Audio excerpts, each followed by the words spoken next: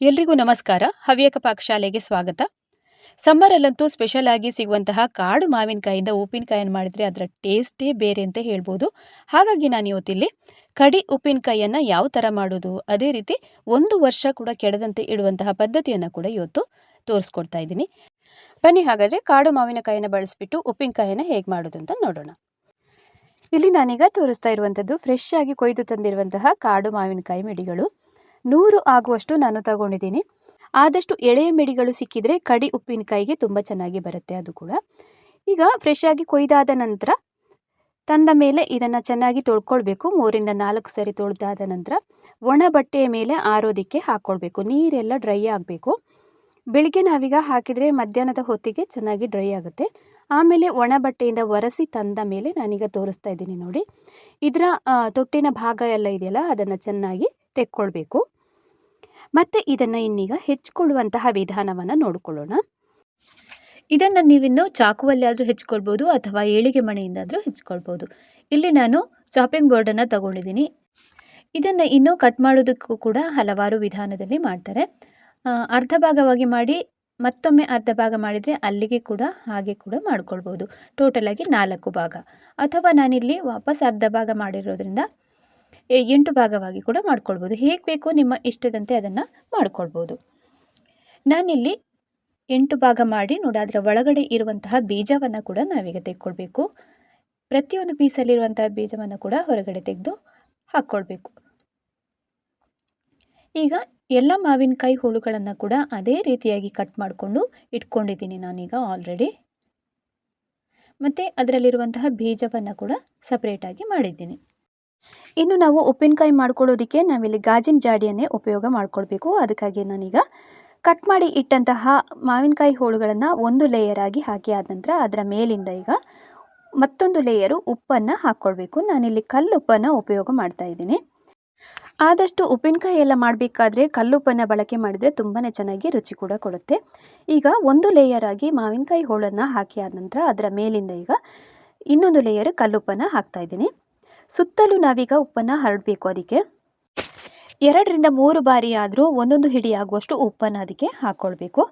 ಈಗ ನೋಡಿ, ಉಪ್ಪನ್ನು ಹಾಕಿ ಆದ ನಂತರ ವಾಪಸ್ ಇನ್ನೊಂದು ಲೇಯರ್ ಮಾವಿನಕಾಯನ್ನು ಹಾಕ್ಕೊಳ್ಬೇಕು. ಇದೇ ರೀತಿಯಾಗಿ ಎಲ್ಲ ಮಾವಿನಕಾಯಿ ಹೋಳುಗಳು ಮುಗಿಯೋ ತನಕ ಇದೇ ಪ್ರೋಸೆಸ್ಸನ್ನು ಕಂಟಿನ್ಯೂಸ್ ಆಗಿ ಮಾಡ್ತಾ ಬರಬೇಕು. ಇನ್ನು ಈ ಥರ ಉಪ್ಪಿನಕಾಯನ್ನೆಲ್ಲ ಶೇಖರಿಸಿ ಇಡಬೇಕಾದ್ರೆ ಗಾಜಿನ ಜಾಡಿ ಅಥವಾ ಭರಣಿಯನ್ನು ಯೂಸ್ ಮಾಡಿದರೆ ತುಂಬಾ ಒಳ್ಳೆಯದು. ಪ್ಲಾಸ್ಟಿಕ್ ಬಾಟ್ಲ್ಸಲ್ಲೆಲ್ಲ ಆದಷ್ಟು ಹಾಕೋದನ್ನು ಅವಾಯ್ಡ್ ಮಾಡಿದ್ರೆ ಒಳ್ಳೆಯದು. ಈಗ ನೋಡಿ, ಎಲ್ಲ ಮಾವಿನಕಾಯಿ ಹೋಳುಗಳನ್ನು ಉಪ್ಪಿನ ಜೊತೆಗೆ ನಾನೀಗ ಹಾಕ್ಕೊಂಡಿದ್ದಾಯಿತು. ಇನ್ನು ಮುಚ್ಚಳನ ಮುಚ್ಚಿ ನಾವಿದನ್ನು ಹಾಗೆಯೇ ರೆಸ್ಟ್ ಆಗೋದಕ್ಕೆ ಬಿಡಬೇಕು 1 ದಿವಸ. ಆಮೇಲೆ ಮಾರನೇ ದಿವಸ ನಾವಿದನ್ನು ತೆಗೆದು ನೋಡಬೇಕಾಗುತ್ತೆ. ಮತ್ತೊಮ್ಮೆ ನಾವಿದನ್ನು ತೆಗೆದು ನೋಡಿದಾಗ ಅದರಲ್ಲಿ ಉಪ್ಪಿನ ನೀರೆಲ್ಲ ಬಿಟ್ಕೊಂಡಿರುತ್ತೆ. ಈಗ ನೋಡಿ, ಮರುದಿವಸ ತೋರಿಸ್ತಾ ಇದ್ದೀನಿ ಮಾವಿನಕಾಯಿ ಹೋಳಲ್ಲಿ ಯಾವ ಥರ ನೀರು ಬಿಟ್ಕೊಂಡು ಉಪ್ಪೆಲ್ಲ ನೀರಾಗಿದೆ ಅಂತ ನೋಡ್ಬೋದು ನೀವೀಗ. ಇನ್ನು ಇದನ್ನು ಒಮ್ಮೆ ಸೌಟನ್ನು ಹಾಕಿ ಮೊಗಚಬೇಕಾಗತ್ತೆ. ಇದೇ ಥರದ ಪ್ರೋಸೆಸ್ಸನ್ನು ನಾವು 4 ದಿವಸ ಕಂಟಿನ್ಯೂಸ್ ಆಗಿ ಮಾಡಿಕೊಳ್ಬೇಕು. ಪ್ರತಿಯೊಂದು ದಿವಸನೂ ಇದೇ ರೀತಿಯಾಗಿ ಮೊಗಚ್ತಾ ಇರಬೇಕು ಸೌಟಿನ ಸಹಾಯದಿಂದ. ನೋಡಿ ಈ ಥರ. ಇನ್ನೀಗ ನಾನಿಲ್ಲಿ ತೋರಿಸ್ತಾ ಇರುವಂಥದ್ದು 3ನೇ ದಿವಸದ ಮಾವಿನಕಾಯಿ ಹೋಳುಗಳನ್ನು. ಈಗ ನೋಡಿ, ನೀರು ಯಾವ ಲೆವೆಲಿಗೆ ಉಪ್ಪು ನೀರು ಬಿಟ್ಕೊಂಡಿದೆ ಅಂತ ನೀವು ನೋಡ್ಬೋದು. 3/4 ಅಂಶ ಇದೀಗ ಬಿಟ್ಕೊಂಡಿದೆ. ಇನ್ನೀಗ 4ನೇ ದಿವಸ ಮಸಾಲೆಯನ್ನೆಲ್ಲ ನಾವು ರೆಡಿ ಮಾಡ್ಕೊಳ್ಬೇಕಾಗುತ್ತೆ. ಅದಕ್ಕಾಗಿ ನಾನೀಗ ತಯಾರಿಯನ್ನು ಮಾಡ್ಕೊಂಡಿದ್ದೀನಿ. ನೀವೀಗ ಸಂಜೆ ಹೊತ್ತಿಗೆ ಉಪ್ಪಿನಕಾಯಿ ಮಸಾಲೆಯನ್ನೆಲ್ಲ ರುಬ್ಕೊಳ್ತೀರಿ ಅಂತ ಆದರೆ ಆ ದಿವಸ ಬೆಳಗ್ಗೆ ನಾವು ಕಡು ಉಪ್ಪು ನೀರನ್ನು ಮಾಡಿ ತಣ್ಣಗಾಗೋದಕ್ಕೆ ಬಿಡಬೇಕು. ಅದಕ್ಕಾಗಿ ನೋಡಿ, ನಾನಿಲ್ಲಿ ಮಣ್ಣಿನ ಪಾತ್ರೆಯನ್ನು ತಗೊಂಡಿದ್ದೀನಿ. ಆದಷ್ಟು ಕಡು ಉಪ್ಪು ನೀರನ್ನೆಲ್ಲ ಮಾಡ್ಕೊಳ್ಬೇಕಾದ್ರೆ ಮಣ್ಣಿನ ಪಾತ್ರೆಯನ್ನೇ ತಗೊಳ್ಳೋದು ತುಂಬಾ ಉತ್ತಮ. ಈಗ 1 ಕಪ್ ಆಗುವಷ್ಟು ನಾನೀಗ ಕಲ್ಲುಪ್ಪನ್ನು ಹಾಕಿ ಆದ ನಂತರ ಅದಕ್ಕೆ 2 ಕಪ್ ಆಗುವಷ್ಟು ನೀರನ್ನು ಕೂಡ ಹಾಕ್ಕೊಳ್ತಾ ಇದ್ದೀನಿ. ನೀರನ್ನೆಲ್ಲ ಹಾಕಿ ಆದ ನಂತರ ಚೆನ್ನಾಗಿ ಇದನ್ನು ಒಮ್ಮೆ ಮಿಕ್ಸ್ ಮಾಡ್ಕೊಳ್ಬೇಕು.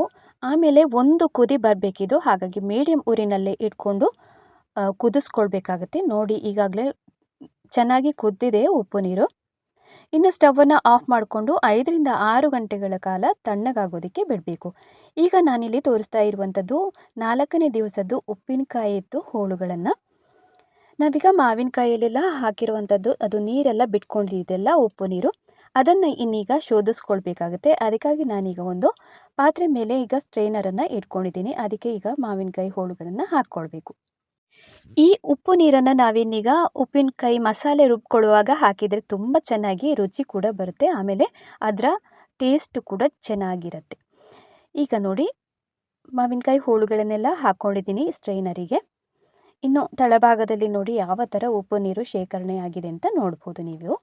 ಇನ್ನು ಶೋಧಿಸಿ ಇಟ್ಟಂತಹ ಉಪ್ಪು ನೀರನ್ನು ನಾವು ಹಾಗೆಯೇ ಇಟ್ಕೊಳ್ಬೇಕು ಮಸಾಲೆ ರುಬ್ಕೊಳ್ಳುವಾಗ ಹಾಕ್ಕೊಳ್ಳೋದಕ್ಕೆ. ಇನ್ನು ಮಾವಿನಕಾಯಿ ಹೋಳುಗಳು ಕೂಡ ಸ್ಟ್ರೈನರಲ್ಲಿ ಅದೇ ರೀತಿಯಾಗಿ ಸೈಡಲ್ಲಿ ಎತ್ತಿಡೋಣ. ಇನ್ನು ಮಸಾಲೆನ ರುಬ್ಕೊಳ್ಳೋದಕ್ಕೆ ನಾನಿಲ್ಲಿ ತಯಾರಿಯನ್ನು ಮಾಡ್ಕೊಳ್ತಾ ಇದ್ದೀನಿ.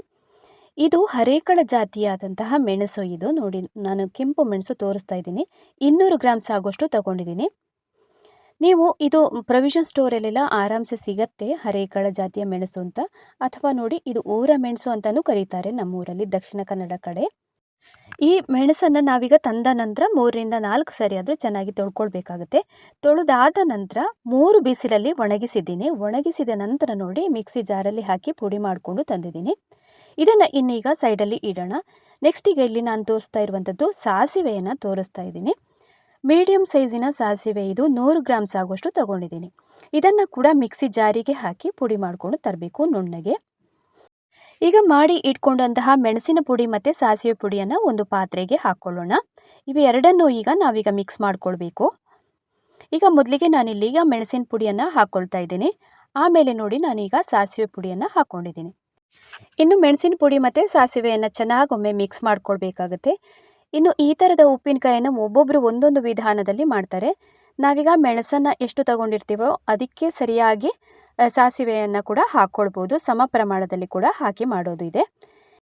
ಈಗ ನಾನಿಲ್ಲಿ ತಣ್ಣಗಾದ ಬಳಿಕ ಕಡು ಉಪ್ಪು ನೀರನ್ನು ತೋರಿಸ್ತಾ ಇದ್ದೀನಿ.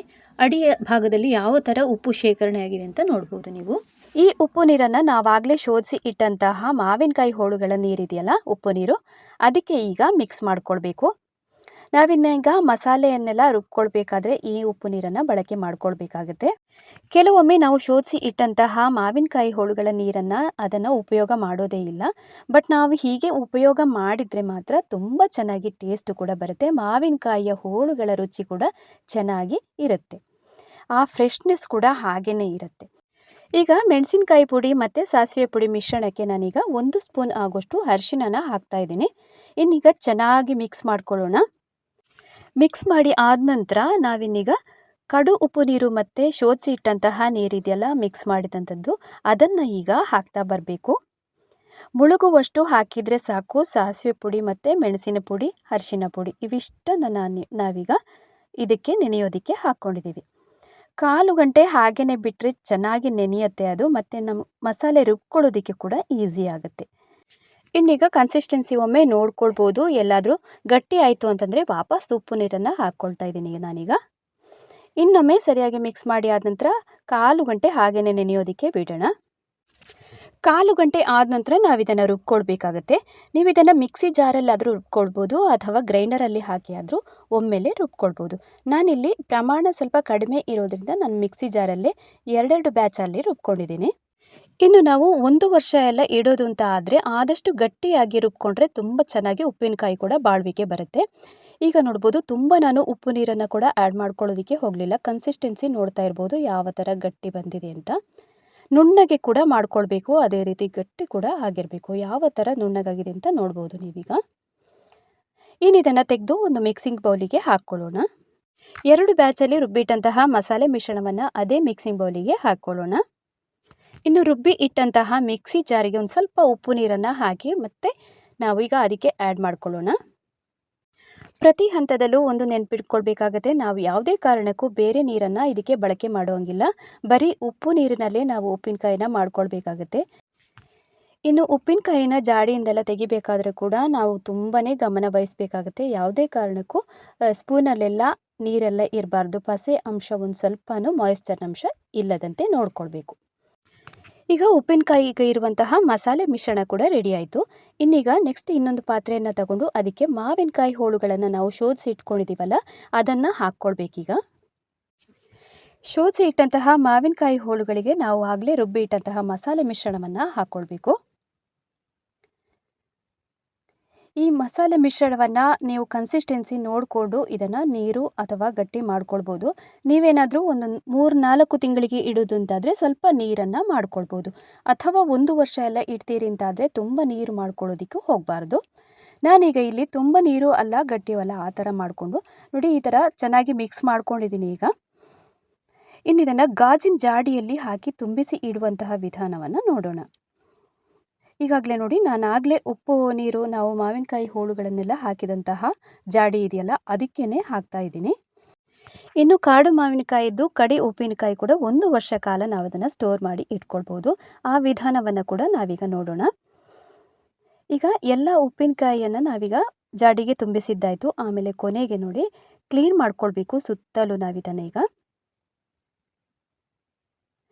ಹೀಗೆ ಮಾಡಿ ಆದ ನಂತರ ಮೇಲಿಂದ ನಾವು ಇದಕ್ಕೆ ಹುಡಿ ಉಪ್ಪನ್ನು ಉದುರಿಸ್ಬೇಕಾಗತ್ತೆ. ನೋಡಿ ಈಗ ಸ್ಪೂನಲ್ಲಿ ಹಾಕ್ತಾ ಇದ್ದೀನಿ. ಹೀಗೆ ಮಾಡೋದ್ರಿಂದ ಮೇಲಿನ ಭಾಗ ಫಂಗಸ್ ಎಲ್ಲ ಆಗ್ತಿದ್ರೆ ಅದನ್ನೆಲ್ಲ ತಡೆಯುತ್ತೆ. ಆಮೇಲೆ ಉಪ್ಪಿನಕಾಯಿ ಕೂಡ ಶೇಖರಣೆ ಕೂಡ ಮಾಡ್ಕೊಳ್ಳುವ ವಿಧಾನ ಕೂಡ ಇದೇ ಆಗಿರುತ್ತೆ. ಈಗ ಹುಡಿ ಉಪ್ಪನ್ನೆಲ್ಲ ಒಂದು ಲೇಯರ್ ಹಾಕಿದ್ದಾಯಿತು. ಇನ್ನು ಮುಚ್ಚಳವನ್ನು ಮುಚ್ಚಿ ಹಾಗೇನೆ ನಾವು ಇಡಬೇಕಾಗತ್ತೆ. 3-4 ದಿವಸ ಹಾಗೇನೆ ಇಡಬೇಕು. ಆಮೇಲೆ ನಾವು ಇದನ್ನು ಉಪಯೋಗವನ್ನು ಮಾಡ್ಕೊಳ್ಬೋದು. ತುಂಬ ಖಾರವಾಗಿರುತ್ತೆ, ಅದಕ್ಕೋಸ್ಕರ ತಕ್ಷಣಕ್ಕೆ ನಾವು ಇದನ್ನು ಉಪಯೋಗ ಯಾವುದೇ ಕಾರಣಕ್ಕೂ ಮಾಡ್ಕೊಳ್ಬಾರ್ದು. ಈಗ ನೋಡಿ ಹಾಗೇನೆ ಇಡ್ತಾ ಇದ್ದೀನಿ. ಈಗ ನಾವು ರುಬ್ಬೋದಕ್ಕೆ ಹಾಕಿ ಉಳಿದಂತಹ ಉಪ್ಪು ನೀರನ್ನು ನಾನೀಗ ತೋರಿಸ್ತಾ ಇದ್ದೀನಿ. ನೋಡಿ ಇಷ್ಟು ಉಳಿದಿದೆ. ನಾವಿದನ್ನು ಶೇಖರಣೆ ಮಾಡಿ ಫ್ರಿಜ್ಜಲ್ಲೇ ಕೂಡ ಸ್ಟೋರ್ ಮಾಡಿ ಇಟ್ಕೊಳ್ಬೋದು. ಈಗ ನಾನು 4 ದಿವಸದ ನಂತರ ಉಪ್ಪಿನಕಾಯಿಯನ್ನು ತೋರಿಸ್ತಾ ಇದ್ದೀನಿ ಜಾಡಿಯಲ್ಲಿ ಹಾಕಿರೋದನ್ನು. ಇದನ್ನು ಇನ್ನೀಗ ನಾವೀಗ ನಿತ್ಯಕ್ಕೆ ಅಂದರೆ ಉಪಯೋಗ ಮಾಡ್ಕೊಳ್ಳೋದಕ್ಕೆ ತೆಗೆಯುವಂಥ ವಿಧಾನವನ್ನು ನೋಡೋಣ. ಮೇಲಿಂದ ಹುಡಿ ಉಪ್ಪನ್ನು ಹಾಕಿರ್ತೀವಲ್ಲ ಅದನ್ನು ಒಂದು ಸೈಡಿಗೆ ಮಾಡ್ಕೊಳ್ಬೇಕು ಒಂದು ಸ್ಪೂನ್ನ ಸಹಾಯದಿಂದ. ಇನ್ನು ನಾವು ರೆಗ್ಯುಲರ್ ಆಗಿ ಯೂಸ್ ಮಾಡುವಂತಹ ಒಂದು ಭರಣಿ ಆದರೂ ಆಗಿರ್ಬೋದು, ಗಾಜಿನ ಬಾಟ್ಲ್ ಆದರೂ ಆಗಿರ್ಬೋದು, ಅದಕ್ಕೆ ಈಗ ಉಪ್ಪಿನಕಾಯಿನ ತೆಗೆದು ಹಾಕ್ಕೊಳ್ಬೇಕು.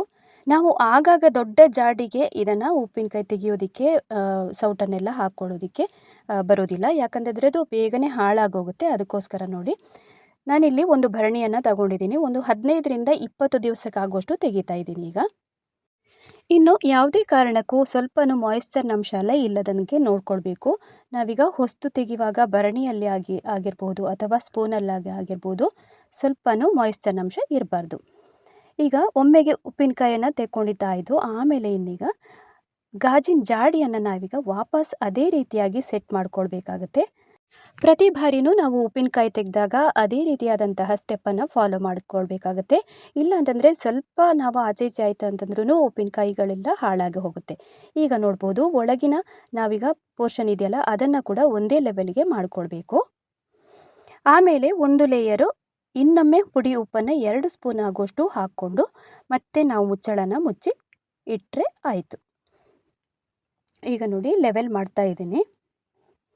ಒಂದು ಸೈಡಲ್ಲಿ ಉಪ್ಪಿನ ಲೇಯರ್ ಹಾಗೇ ಇರುತ್ತೆ, ಅದನ್ನು ಹಾಗೇ ಬಿಡ್ಬೋದು. ಈಗ ಉಪ್ಪಿನಕಾಯಿನೆಲ್ಲ ಸೆಟ್ ಮಾಡ್ಕೊಂಡಿದ್ದಾಯಿತು. ಇನ್ನು ಮೇಲಿಂದ 2 ಸ್ಪೂನ್ ಆಗೋಷ್ಟು ಉಪ್ಪನ್ನು ಮತ್ತೆ ಹಾಕ್ಕೊಳ್ತಾ ಇದ್ದೀನಿ. ಪ್ರತಿ ಬಾರಿನೂ ಹೀಗೆ ಮಾಡಿದ್ರೆ ಉಪ್ಪಿನಕಾಯಿ ಕೂಡ ಚೆನ್ನಾಗಿ ಉಳ್ಕೊಳ್ಳುತ್ತೆ. ಕಾಡು ಮಾವಿನಕಾಯಿಯಿಂದ ಕಡಿ ಉಪ್ಪಿನಕಾಯಿನ ಹೇಗೆ ಮಾಡೋದು ಅಂತ ನೋಡ್ಕೊಂಡು ಬಂದಾಯ್ತಲ್ಲ. ಇವತ್ತಿನ ವಿಡಿಯೋ ನಿಮಗೆಲ್ಲರಿಗೂ ತುಂಬ ಇಷ್ಟ ಆಗಿರ್ಬೋದು ಅಂತ ಅಂದ್ಕೊಂಡಿದ್ದೀನಿ. ಇಷ್ಟ ಆದಲ್ಲಿ ಚಾನಲನ್ನು ಸಬ್ಸ್ಕ್ರೈಬ್ ಮಾಡ್ಕೊಳ್ಳಿ. ಅದೇ ರೀತಿ ಮುಂದೇನೂ ಸಪೋರ್ಟ್ ಮಾಡ್ತಾನೆ ಇರಿ. ಸಿಗೋಣ ನೆಕ್ಸ್ಟ್ ವಿಡಿಯೋದಲ್ಲಿ. ಇನ್ನೊಮ್ಮೆ ನಮಸ್ಕಾರ.